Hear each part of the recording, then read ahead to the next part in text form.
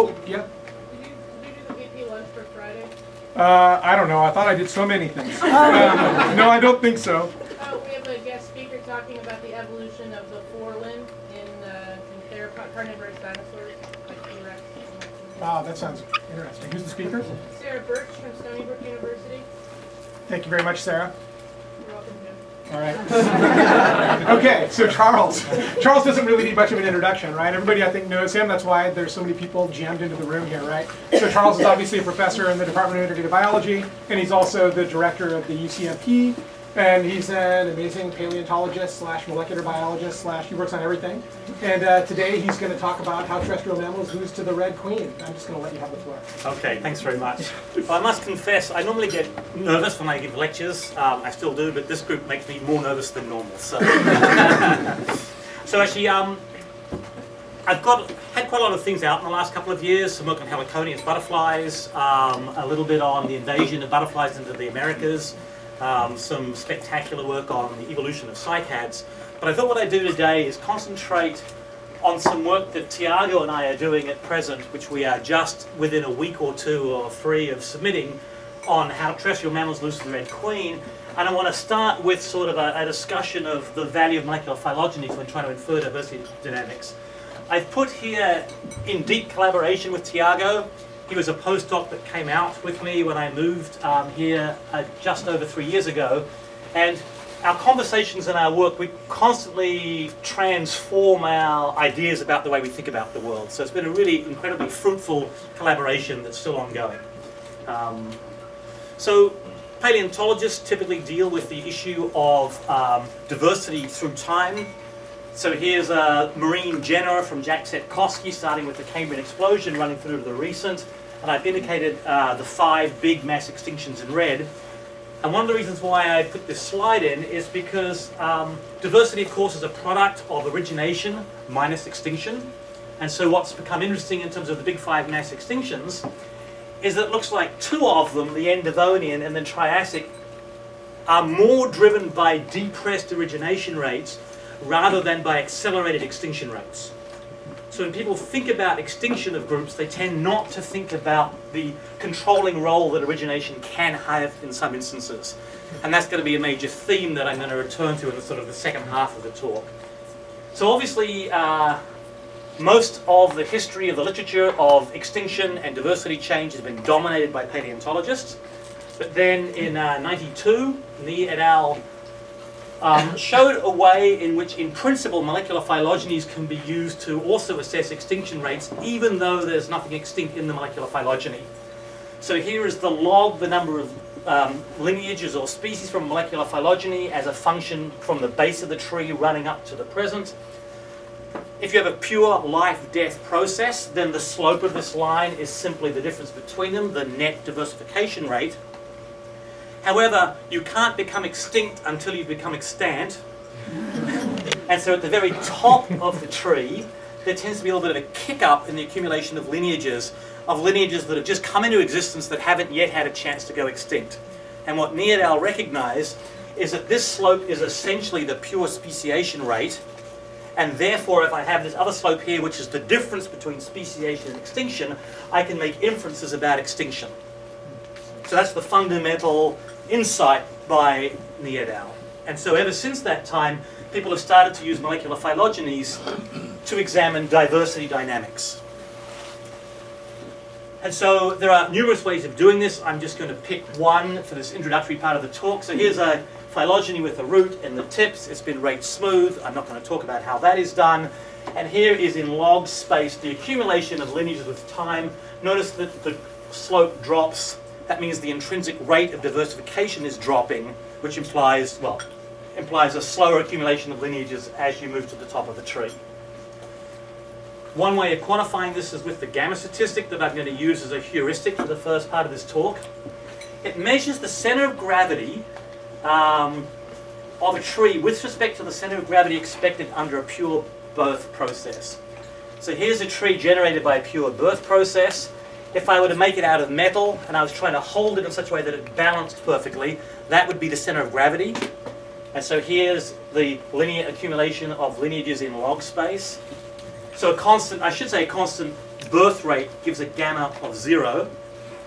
For a birth-death process, because of that little kick up at the end, phylogenies tend to be slightly positive. There's a little more, too many branches right at the top of the tree.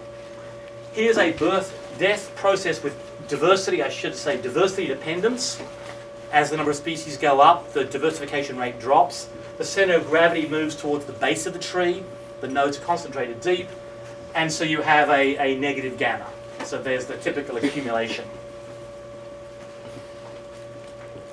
So this is now some older data from McPeak.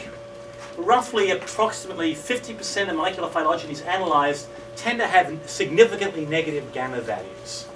And the simple interpretation that re-emerges again and again and again in the literature is that this is logistic growth, and therefore that there is some evidence of diversity dependence. And we'll come back to that because there are many other interpretations, as I'll show you.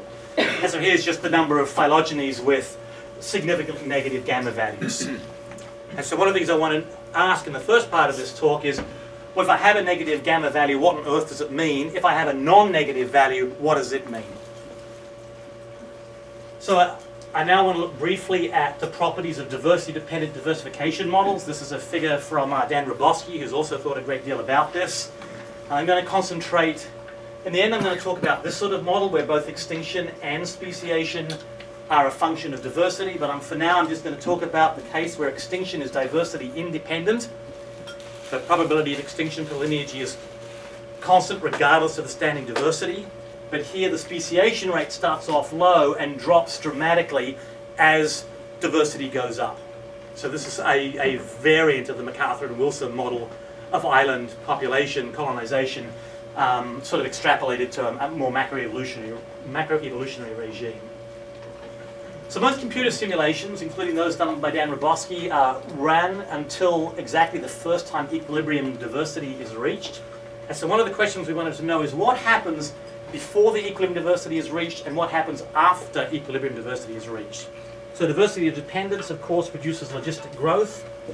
So if this is time and diversity, it starts with exponential growth and then it asymptotes or flattens out to the equilibrium diversity. So most people run this simulation so the first time that you reach equilibrium diversity. So now what I want to do is just run, or Tiago ran some computer simulations. So Lime is a silly invention of ours. It's the lambda initial, the initial speciation rate, divided by mu equilibrium, the equilibrium extinction rate. And so it's high, which means the initial speciation rate is 10 times the size of the equilibrium speciation and extinction rate. We set this up so the equilibrium diversity is 50. This is work done with Lee-Seung Liao, who's in Norway. And so what we did then is there's the initial speciation and extinction rates, and then what we're going to do is run this logistic growth and then look at what the phylogenies would have looked like, the molecular phylogenies would have looked like as a function of time. So we have then the number of extant species and the gamma value. And so here, very rapidly, the speciation rate drops towards the equilibrium value as diversity climbs. The number of extant species rises rapidly, and the gamma value starts to drop as there's a concentration of nodes early based on the really high speciation rate at the beginning. And now here we are almost at the equilibrium diversity. The diversity is now plateauing off, and the gamma value now reaches its maximum negative value here at the first point in which you reach equilibrium value, because you have lots of nodes very deep with the exponential growth and then relatively few of them late as the speciation rate drops and is matched by the extinction rate. So then what's interesting is as then time proceeds, extinction starts to prune out the base of the tree. And what happens, there's the diversity sitting in a plateau, the gamma value starts to rise again to become positive. So if anybody saw a gamma value that was slightly positive like that, they would infer exponential growth. But in the simulation, there is no growth whatsoever. The diversity is sitting dead constant for long periods of time. So a gamma value that's 0 or slightly positive does not necessarily mean things are exponentially growing at all. It could be a plateau. It's going to get worse. It's going to get much worse. That's the first step into the problem. So we call this time traveling, because we time travel back again and look at what the molecular phylogenies would look like. So here then is the line 10. So here is many, many simulations now showing the plateauing diversity, and here are the gamma values. And so for part of the logistic growth, it's negative gamma values. The red is significantly less than 0. Here's a case where the initial speciation rate is lower, line value of 5. And here's a case where it's very low indeed, line value of 2. And here you can see even after 5 species durations, we're still not yet at equilibrium value yet, and the gamma values are virtually never significantly negative. So another possibility, if you have a positive gamma value, is that you actually have logistic growth and your clade hasn't yet reached the equilibrium value yet. You might have density dependence. So that's another possible interpretation of a positive value. Okay, so that's interesting. So now what I want to turn briefly is to look at the issue of extinction rates, and then I'm going to come back to what phylogenies look like. So one of the peculiar things that many people have noticed if you use laser or any other software packages is that likelihood analysis of molecular phylogenies tends to give zero extinction rates. Not always, it tends to give zero extinction rates. As a paleontologist, this strikes us as really bizarre, given that 99% of all species are currently extinct. And so this is actually some work which I suspect we'll never publish because there are more important things to do, but we ran some simulations. So we wanted to know, is the zero extinction rate reliable? So we started off with simulations where we had an initial high speciation rate, a fixed extinction rate that's non-zero. And then what we did is ran a bunch of simulations here, 1,000 of them, and what I should have said here is the observed rates. So in each realization of the simulation, sometimes stochastically extinction is higher, sometimes it's lower. The mean sits around 0.25, but there's a spread. So these are really the observed rates or the realizations of the 1,000 computer simulations. And then we gave it to the standard software packages that estimate extinction rates, and boom. Most of the time the extinction rate was given back as 0. Now I can draw some sketches at the end of the talk if you want. There's something funky about the likelihood surface that makes that happen. What is interesting is that the non-zero ones do actually peak around 0.25. So when we've done simulations with 10,000 or 100,000 species in it, this disappears and you actually get this recreated. So in the limit of infinite data, it's not biased. But for small data sets, typical that we said, it's horrendously biased. So I don't really trust extinction rates derived from molecular phylogenies, as you might imagine, based on this. So this is computer simulation, and now I want to give you an empirical example that clearly shows that you're in trouble if you rely on molecular phylogenies to estimate extinction rates using the standard packages. I'll come up with an alternative in a moment. So this is a paper published in 2009 by a Danish group. Dan Roboski is in the authorship, so is Rasmus Nielsen sitting inside it. It's 87 of the 89 recognized species of cetaceans. The arrows indicate places where there appears to be an acceleration in the speciation rate. The lineage through time plot is basically linear, slightly negative, but basically linear, which implies exponential growth. So the naive interpretation of the lineage through time plot is ignoring humans. This is the best of all possible times to be a cetacean. They're exponentially growing, and if anything, that rate's actually accelerated slightly in the recent past. The other thing that is interesting is that the numerical analysis of the phylogeny suggests a zero extinction rate and a speciation rate of about a sixth per lineage million years. So zero extinction for cetaceans. So the problem is that there are about 40 living genera and there are about 200 extinct ones in the fossil record. So zero extinction is not even vaguely tenable. So what we did is we went through the fossil record. So the blue is a minimum and maximum estimate of generic diversity through time. The light blue is the number of species. Remind you that exponential growth would suggest that we have in the order of over 100 genera today. If anything, it looks like the diversity is flat or most likely dropping fairly alarmingly in the last 10 or 15 million years. And the way I've done this, I won't explain the details. The bottom curve is called a boundary crossing curve, which is an absolute minimum estimate of standing diversity in the fossil record. The upper curve is the number of genera sampled in each stage. you're going to see these stages again at the end of the talk, corrected for the incompleteness of the fossil record. And the way we did that, I guess I can sketch it briefly. What we do quite simply is, if this is a stratigraphic interval of interest, we look at the number of taxa that are known before and after it. We know that they had to exist in between, in the middle here, and then we simply count the proportion of those actually observed that we know had to be present. So that's called gap analysis, and so we use the value of that to correct the fossil record to get a maximum estimate of the diversity. Here are in black is the diversification rate measured from the fossil record as a function of time, with actually high origination rates that plus or minus steadily drop, and the extinction rate, which is not zero, and on average drops as increases as a function of time. Notice the drop in origination is important. That's going to crop up importantly again. So not only is the extinction rate not zero, but also the speciation rate, the origination rate in our data is about 5 times what the molecular phylogeny suggests. The reason's obvious. There are about 5 times as many extinct genera in the fossil record as there are living, so the origination rate from a molecular phylogeny fails to take into account all those genera that have originated and then become extinct. So you can't even get speciation rates right from molecular phylogenies if you can't get the extinction rate right. Just can't do it. Well, so Tiago and I then thought, well, let's see what a molecular phylogeny looks like for clades that are actually in decline. And so we had a fairly simple model. We had exponential growth up in the light pink and an exponential decay in the dark pink. Here's a plot in log space of the decline of the species, and here's the gamma value.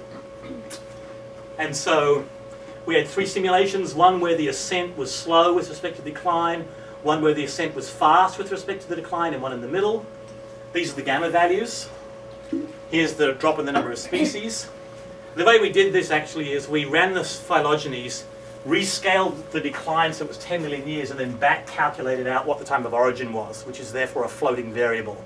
So it's kind of a bizarre way to do it. We fix the decline phase in time and then let the base of the tree wander backwards and forwards that way. So that's what these histograms are. So what I'd like you to notice, if the ascent is slow and the decline is relatively fast, the gamma values don't get all that negative. So you can have a gamma value here, you'd interpret that as exponential growth. No, it could be exponential decline. Oh dear, it's getting really bad here. Here, if you have fairly fast ascent and slow decline, then you get massively strongly negative gamma values. There's no diversity dependence in these computer simulations. The negative gamma has nothing to do with diversity dependence. It has nothing to do with logistic growth. I've got exponential up and exponential down. So you can't use a negative gamma as evidence of diversity dependence of a carrying capacity. That's not going to work either.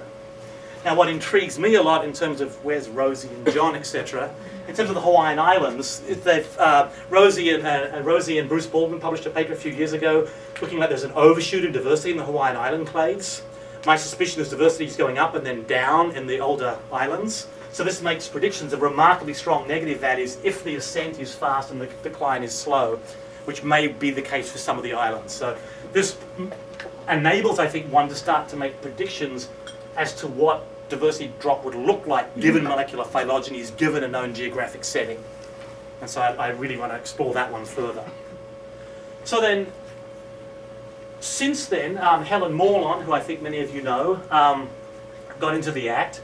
And until I think Tiago's and my work, it didn't occur to a biologist to think about molecular phylogenies in the context of negative diversification. And so Helen then has developed some methods that appear to pull out negative diversification rates from phylogenies. So she took the cetacean data. So this is using sort of a coalescence approach rather than the rather blunt gamma statistic tool. And so here's the molecular phylogeny, and what she did is she pulled out the purple, blue, black, and yellow. The purple, blue, black, and yellow, and they all show gentle exponential growth. And then what she did is she took what was left over, so in case the red group here, this is this red group here, or the green group here, this one here, And with her algorithms, the molecular phylogeny predicts diversity increase and then drop, diversity increase and then drop for those two groups. So the sum of all those curves looks like this.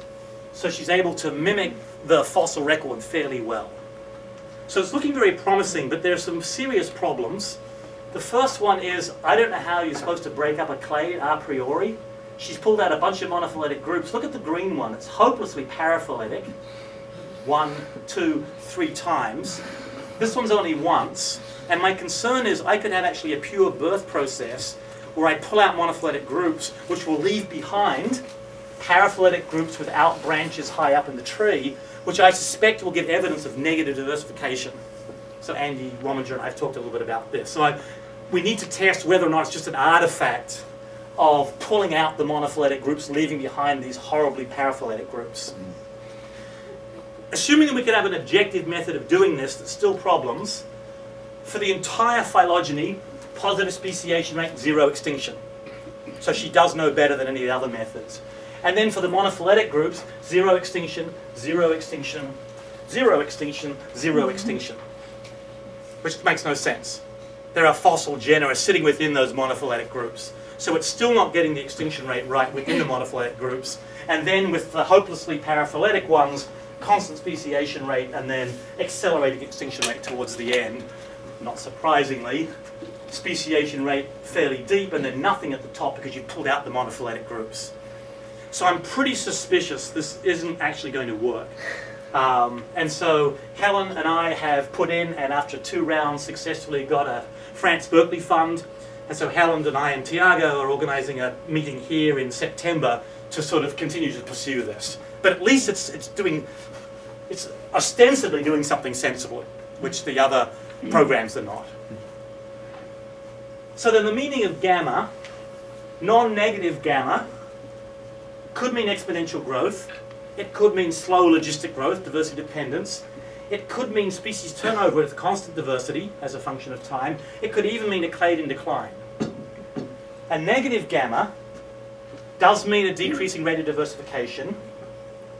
It could mean logistic growth. This is something, I'm not going to ignore this one that Dan Roboski suggested, which is heterogeneous extinction rates on a tree, which is very interesting and very promising looking. And it could be clade in an early phase of slow decline. Now, one thing which I've left out because of time, one thing which I think is true, and I think this is important. If you have a negative gamma, what you can say is that there's been a drop in the origination rate. That seems to be unequivocally true. If you have a negative gamma rate, you can say that your clade has suffered a drop in speciation rate as a function of time. Now, it might be there's a drop in a rate and it doesn't give a negative gamma, so the power can be low. But if you get a negative gamma, it does mean a drop in the origination rate. Always. Without fail. That is to say, Roboski and Lovett in 2008, and then Tiago and I in 2009 followed up on it, saying that you can't get negative gammas by simply modifying the extinction rate. And the reason is because the extinction rate starts low and can never get higher than the number of species present. The origination rate can start incredibly high and drop, and you can't become extinct until you've generated species. So that's, I've got some hope. You can say something robust with the gamma statistic, despite all these possibilities here. Okay, so that's kind of where we're at with that. And so what Tiago and I wanted to do then is, we got interested in the dynamics of clades in decline. So what we thought we would do is move away from molecular phylogenies for a while and go back into the fossil record. And so what we decided to do is look at terrestrial mammalian clades, and I'm characterizing the decline in diversity as losing to the red queen. By Van Valen's definition, the red queen in some sense is a measure of the deterioration of the environment. The evolutionary law that he talks about is the fact that the clade continues to evolve to match the deterioration. So to my mind, the metaphor I'm using is the red queen is a case of the clade failing, clade extinction is the clade failing to keep pace with the red queen, the deterioration of the environment. And we've made some rather interesting discoveries based on this analysis. So what did we do? We worked with monophyletic families of mammals that are now extinct or demonstrably past peak diversity. That is, even with an incomplete fossil record, there's some point in the past where there's more genera in the past than there are living today. We used the paleobiology database. We said that there have to be at least 100 genus occurrences in the fossil record. The mean preservation rate has to be at least 0.6 per genus per stage. So there has to be at least a 60% chance that a genus would find itself in the fossil record, otherwise we got rid of it. The average is more like 0.8, it's actually quite remarkable. The longevity has to be at least 8 stages, so we have a decent time series to work with. And the peak diversity has to be at least 5 genera. So those are the criteria that we used. We also said they have to have an entirely post-Cretaceous history. We didn't want clades that started in the Cretaceous and got whacked or not whacked by the end Cretaceous mass extinction and then recovered again. So we're kind of interested in sort of the rules of diversity decline in the absence of mass extinctions. And so we finished up with 19 clades, 9 of which are fully extinct. So I want to show you a little bit what the data look like. So here is the gap analysis for 4 of these groups. So these are the peccaries, rhinos, and this is a group of North American, mostly extinct marsupials, possums. And there's the gap analysis. So you can see for this group that per genus preservation rate at the stage level is 1. So that fossil record is essentially complete. This one here is often complete, but is variable. And here's the other one too. This one's right on the edge of the 0.6 line, the peccaries. And so now what I'm going to do is show you the rest of the 16. And what I'd like you to note is that very often there are stages where the preservation rates are 1. So the fossil record has a reputation of being incomplete, but at the genus level for these groups using our civic, it's actually can be quite rich, which is kind of heartening. And then some of them are more erratic, for example, there. So then for each of these then, what we did is calculate its diversity trajectory. So the yellow here is the minimum estimate, the boundary cross of 1. Pay attention to that. This one is our attempt to correct for the incompleteness of the fossil record. There's the standing diversity there for the extant ones. And then we calculated the rates. The red is the extinction rate, the green is the origination rate at the genus level, and the black is the net diversification rate. So obviously positive in the beginning, negative in the end. This is the hyenas. Speciation rate drops on average a little bit, extinction rate increases a lot. So this is the hyenas with a peak diversity of 15 genera in the fossil record. And so the next slides are, well, they're hard to read. Just pay attention to the yellow lines. Some of the peaks are late, some of the peaks are in the middle. There's another peak in the middle, another one in the middle, another one in the middle, perhaps early. This one looks like it's early, but a little bit wobbly. If there are multiple peaks, we took the first time it reached peak diversity. Didn't know what to do about that. So we have these 19 clades. And so what we did then, and I think this is an interesting choice, it was sort of subconscious, but we made it, is we wanted to look at the average behavior across all of the clades that have risen and fallen. So we didn't fall into the trap of trying to analyze the dynamics of each one, because there's a lot of variance. And there's not much power because there's not much data. The total diversities are fairly low and the time series is short, only 8, 10, 12 stages. So we're looking at the average behavior of these clades that have risen and fallen. And there's the rest of them there. So as you might imagine, this is going into the supplementary material. So finding. So the first thing we wanted to test, and I have to thank Seth Finnegan for drawing this to my attention. So this is very much Seth's sort of contribution. The first thing we need to do is establish that when clades rise and fall, it's not just dumb luck. You could have a stochastically constant speciation and extinction rate, and by definition, some clades will grow as a function of time, and some will grow and then decline. The same way, if you take $10 into a casino that's completely fair, a half chance of winning $1, a half chance of losing $1, some of you will gain money, some of you will gain and then lose again. And so what we wanted to first try to do is rule out the possibility of gambler's ruin, that there is in fact a deterministic component to the rise and fall. Now most biologists take that for granted, but we wanted to formally reject that. It was hard to do, there may be a better method, but our reasoning was as follows. If it's just dumb luck, diversification goes up and then it goes down. You might expect that to take a reasonable amount of time.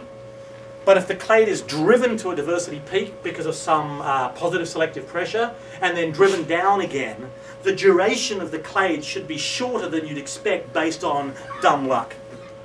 So what we did is we ran a computer simulations where we conditioned on the number of taxa found, the diversity at the beginning, 1, and the diversity at the end, either 0 or whatever the extent diversity is, and asked over many, many realizations, what's the expected longevity of that clade if it was just dumb luck? And so here's 4 examples here, where here the real clade is spectacularly too short-lived. This one is at the 9% level, too short-lived. This one's at the, well, it's about what you'd expect. This one is at the 4% level. So now the statistical power comes in. For many of the clades, you can't reject the hypothesis of dumb luck. But summed over all of the clades, these p-values now should all be uniformly distributed if it was dumb luck. Some should be too long, some should be too short. And we can reject the hypothesis that it's a uniform distribution. So on average, it looks like there's a deterministic component that's driving the clade up and driving the clade down again. Could be one or the other, not necessarily both. I don't know how to tease that apart. Okay, so now that we think there's a deterministic component, we find something quite interesting. The decline phase is driven equally by decreased origination and elevated extinction rates. So a failure to speciate is as important as elevated extinction in driving the clades to extinction. And I don't think I've seen anything in the literature about what might cause declines in origination rate, though in fact Lee Van Valen in '73 mentions this possibility right at the outset. The second one, and this is going to be critically important for the model I'm going to present, the final origination rate is as low as the initial extinction rate, and the final extinction rate is as high as the initial origination rate, on average. So there's the data. Initial origination rate, final origination rate, initial extinction rate, final extinction rate. They switch in values. They switch in values. Notice the individual clades, the dynamics are quite all over the place. So here's a case where J here, the origination rate actually increases as time goes on, doesn't drop. But J here has a spectacular increase in the extinction rate that offsets the new origination rate. So there's a lot of variance from one clade to the next. Here's another clade where the extinction rate actually drops as a function of time, but the speciation drops even more spectacularly, so it gets driven to extinction. So there's a lot of variance from clade to clade, and I don't know how to tease out the part whether there's one general rule for the set, of which there are some exceptions, or whether this is within stochastic expectation. And I'm not sure how to test that, but I think it's important to recognize. Next, there appears to be a signal of diversity dependence in both the origination and maybe the extinction rates. So here then is a graph, the x-axis, sorry, we still are drafting these for the paper. This is the change in diversity, so diversity going up, diversity going down, and this is the change in the origination rate. So when diversity goes up, the origination rate drops. When diversity goes down, origination goes up. So that's the diversity dependence. This negative part of the graph is critically important. If the environmental conditions of the clade are dropping, then you might expect the origination rate to be dropping as diversity goes up, just because it's getting harder and harder for the clade to speciate. But even as the clade is dropping in diversity, the speciation rate is increasing. So that's the diversity dependence in the origination. Oh, sorry, the colours. A single colour represents a single clade. So the red, I've forgotten who the red are, I've labelled it. So that's the red clade, the pale green clade, the blue clade. So this is summed across all clades as well as individual clades. Extinction diversity dependence is significant, but only just. The slope is very slight. When diversity goes up, extinction rate goes up. When diversity goes down, extinction rate goes down. And so in terms of diversity dependence then, it looks like there is a faint dependence for extinction. I'm going to call it death. And there's a stronger dependence for birth.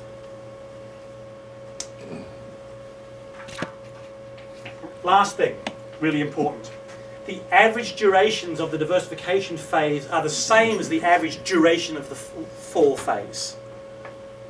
So on average, if it takes you 15 million years to go up, it'll take you on average 15 years to go down again. So they're symmetrical in time. So then what we did is we were writing this up, and then Tiago started to draft figures like this to try to illustrate what was going on. And then I discovered that I couldn't get it to fit with a simple model. And so the data's driven me to make the claim that I'm about to make. So the unexpected finding is the only way to quantitatively accommodate all of the dynamics is if the conditions of life of the clades is accelerating with time. It's non-linear.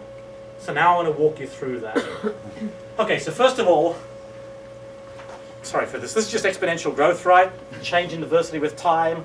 Birth minus death is the expansion rate times the standing diversity. That's just exponential growth. This now is the classic MacArthur and Wilson diversification. There's the intrinsic diversification rate. And then there's a carrying capacity. As the diversity approaches the carrying capacity, that becomes 1. 1 minus 1 is 0. The diversification rate goes to 0. So that's the logistic growth. And I didn't label it here. This then is the equilibrium diversity. Okay, so that's standard classic MacArthur and Wilson. And that's the models that people like Setkowski and others use for the fossil record. So I've got the slopes wrong here. The red one should be less. And so there, speciation drops, extinction goes up, the diversity dependence. There's the equilibrium diversity, and the rates are equal to each other. So that's equal and 0. So that's classic logistic growth. So how does one model the red queen then? So what we first decided to do is just have the conditions of life change so that these things move as a function of time. If they drop, then the equilibrium diversity starts to get drawn in and the diversity drops. So mathematically, I just put in a linear drop with time. And so here's a representation now. So she's kind of got a club foot. What's going on there? So here I've dropped the initial speciation rate, I've increased the initial extinction rate as a way of modeling the red queen. And that's the way we did the graph. And I just thought what I'd do is I'd write down the differential equation and solve it. And when I solved it, I couldn't get the properties that I described to you. So what happens in this situation? As you saw in one of my earlier simulations, with diversity dependence, you pretty rapidly reach the carrying capacity. And then what happens is this carrying capacity is dropping as a function of time. So what happens is the clade reaches the moving equilibrium value and then rides that equilibrium value down to extinction. So what it means is the growth phase is fast, the decline phase is slow, and it means that the final origination and extinction rates are equal to each other. They don't switch values. They sit at intermediate values. So you can't get the switch in origination and extinction rates, and you can't get the temporal symmetry of rise and fall with a simple linear loss in the net fitness of the clade as a function of time. So that's what I've just said there. So then what I did is simply said, well, let's say I have an accelerating decay in the origination rate and an accelerating increase in the extinction rate. And I've arbitrarily made that square. It's some number greater than 1. And I don't know how to actually guess that number. So there's the cartoon of it. So initially, as a function of time, the intrinsic diversification rate drops a little bit, and then drops so much to become massively negative. So the equilibrium diversity accelerates away like this. These lines accelerate faster down and up. And then when I do that, I can get a symmetrical rise and fall in diversity. And now the final extinction rate matches the initial origination rate, and the final speciation rate matches the final extinction rate, the initial extinction rate. And then I can model it. So it seems pretty robust to me. And so what it suggests, which really surprises me that the fossil record is power enough to make this statement, when clades go extinct, they do so at an accelerating, the intrinsic diversification rate decays at an accelerating rate rather than simply a linear rate with time. And so that's what I just said there. My suspicion as to why this is true is that it suggests to me that the fitness of a clade, if you can ascribe a clade fitness, is basically a multiplicative thing. And this multiplicatively goes bad as a function of time, either due to competing clades or due to changing environment, or both, a multiplication. So it certainly suggests clade extinction is multiplicative because of this exponent here, which I think is kind of interesting, and I don't know how else you could discover this without this sort of analysis of the fossil record. So I think that's it. So we're doing some visualization up at the advanced light source, but I ignore that. So I'll take questions. Okay, done.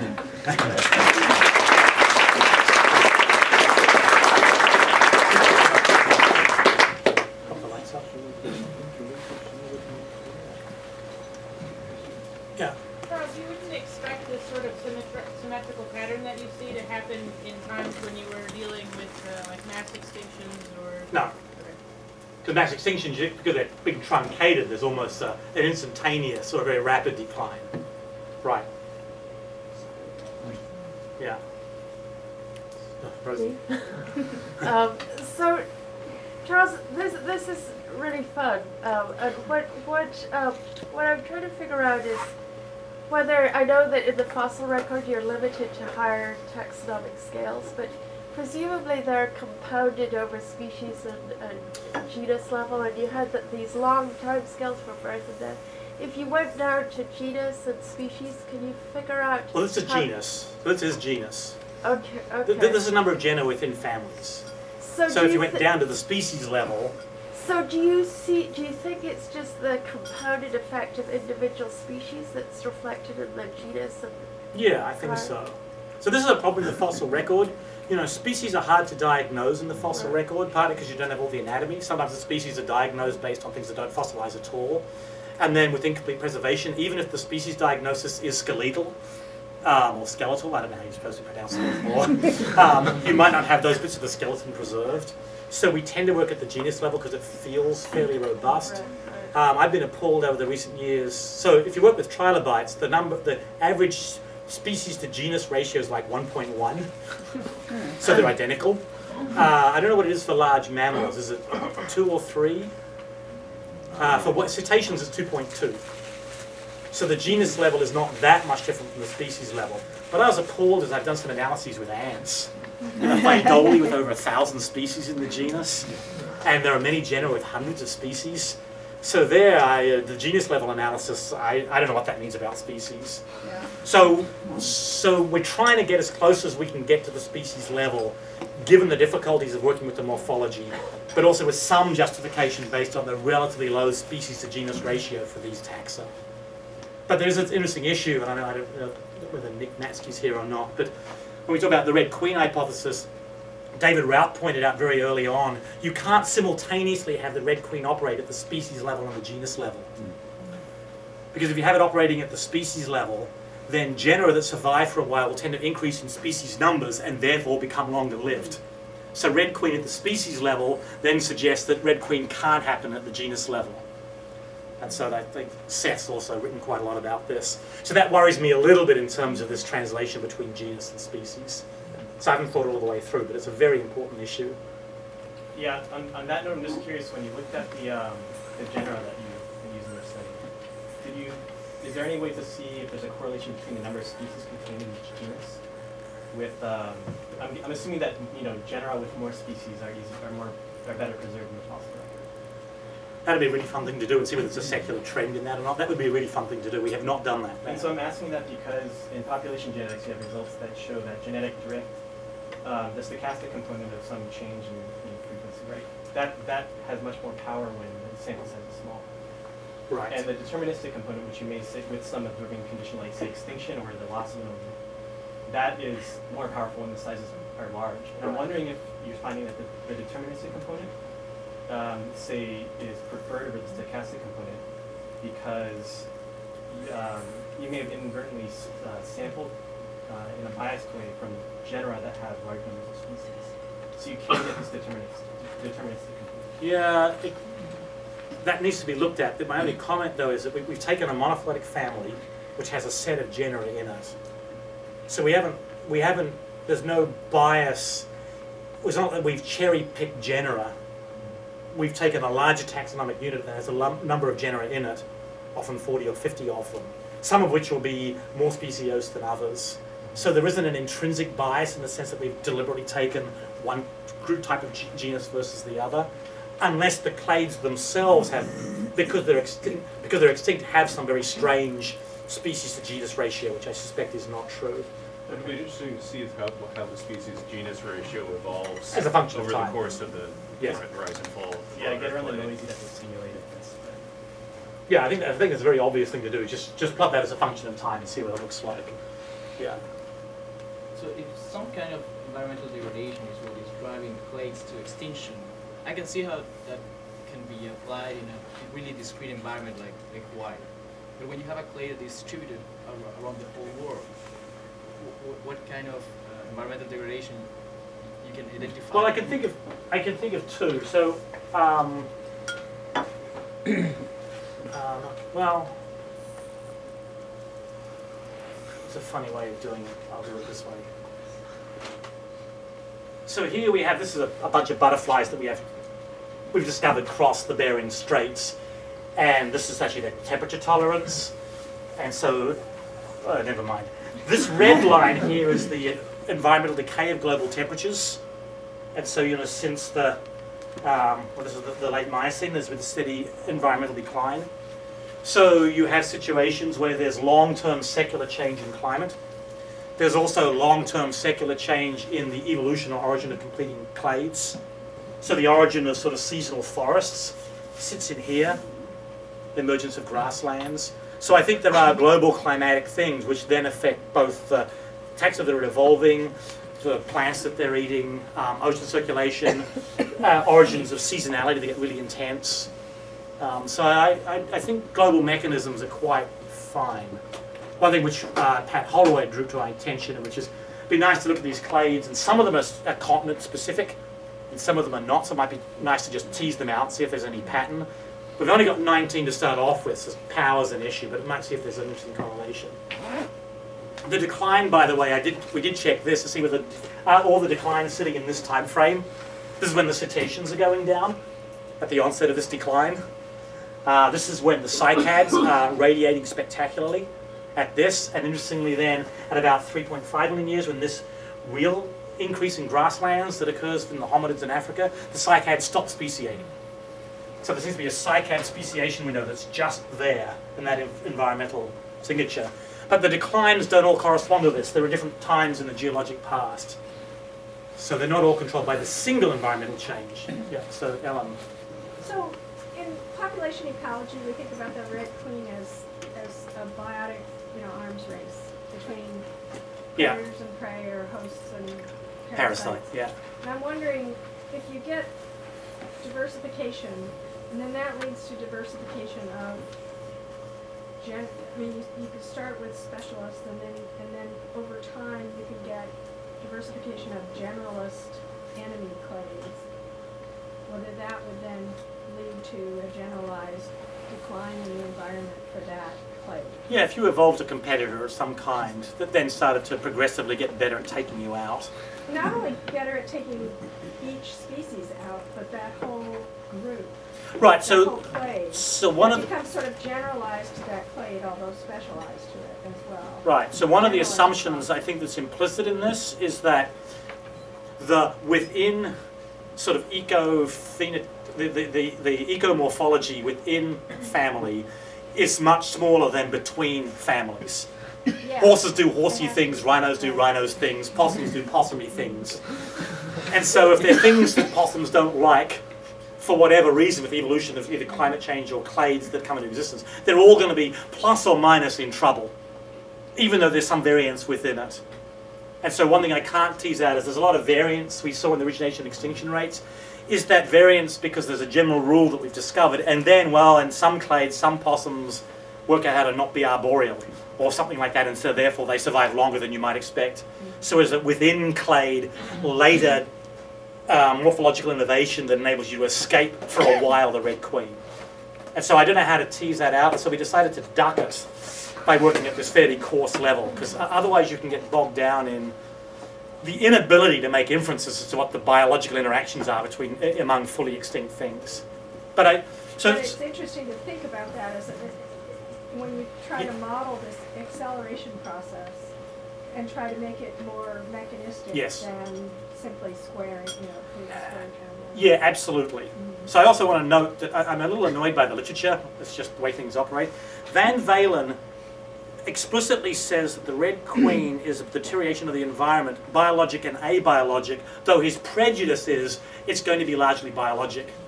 And then what's happened is Tony Barnowski came along and then differentiated red queen for the biological component of the deterioration and Court Jester for the environmental chain part of the deterioration. So we now don't really have a simple term that talks about deterioration. His claim is that on larger timescales and bigger geographic areas, it's the environmental that's the problem, not the biotic. And so I think that's going to be an open question as to which of the components are important here. Yeah, I mean, the thing... Although, oh, sorry. No, go on. I was going to say, although, I mean, detecting the environmental component, think about humans and what we're doing. I mean, you could say we're having this huge environmental component, but there's a feedback caused by the proliferation of this clay. That's right. And I could see the same kind of thing happening where you get this secular environmental trend, but it's really caused by a biotic process. And the other thing which I find is hard is that some paleontologists for a while were trying to use just straight correlation methods. So if you have clade A, every time it goes up a little bit, B drops a little bit and vice versa, exactly lockstep. And so does that prove biotic interaction? And the scenario I had in mind, for example, you'd say no if it turns out clade A were marine and clade A were B were terrestrial. And you're just measuring the sea level coming in and drowning out the terrestrial. There'd be a perfect correlation, anti-correlation in the changes in diversity. And it's got nothing to do with biotic interaction, it's all environmental. So it does make it, you've got to think sophisticated and well about how to tease them apart. Do you have any overall generalizations about diversity dependency then? Well, so what's interesting about the diversity dependency, this is actually a really interesting question. There's a huge debate in the paleontological literature at the moment between Sepkoski and Alroy on one side who are arguing there has to be diversity dependence, there has to be a carrying capacity, you can't fit too many types of rhino in, versus Benton, Doug Irwin, Steve Stanley, who are arguing no, it's exponentially increasing, it doesn't matter.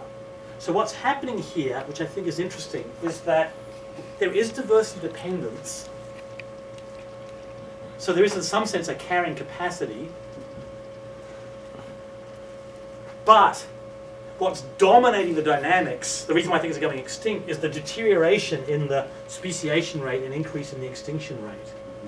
So that suggests to me that the overall dynamics are dominated by non-diversity dependent processes, but diversity dependence is present, and it has the effect of changing the rate at which clades go extinct. So if there's no diversity dependence, the way you would model this is simply to have these curves, there'd be straight lines, there's no diversity dependence, right? They would just simply switch. So the diversity dependence is changing what you have to do. So my suspicion is, so then I think there is evidence of diversity dependence, but I don't think in the end it plays a very important role in the overall diversity dynamics of clade rise and fall. So that's a paper we're going to write next. I've got one line in the paper we're submitting at the moment. But I think it solves that dilemma between the two of them, where by first principles it has to exist, and yet observationally it doesn't seem to actually make a lot of difference in the way diversity changes in time in the fossil record. The other possibility is that there's diversity dependence that's coming in at some higher level, right? That it's not it's not very apparent, say in hyenids, but if you model hyenids plus canids or something like that, right? That they're feeling interactions with other clades that do similar things. Yeah, right. So that's this issue of if there's diversity dependence, what's sort of the super niche they occupy? Right. If the hyenids are only part of that, then in some respects it's the diversity of all of the carnivores, for example, all of the bone crackers, or all the hypercarnivores that matter, and not just a subset. So what's the natural, again, ecomorphological unit, and how does that map onto the Linnaean hierarchy? But I think that's doable in some way. I think that I think is a manageable problem.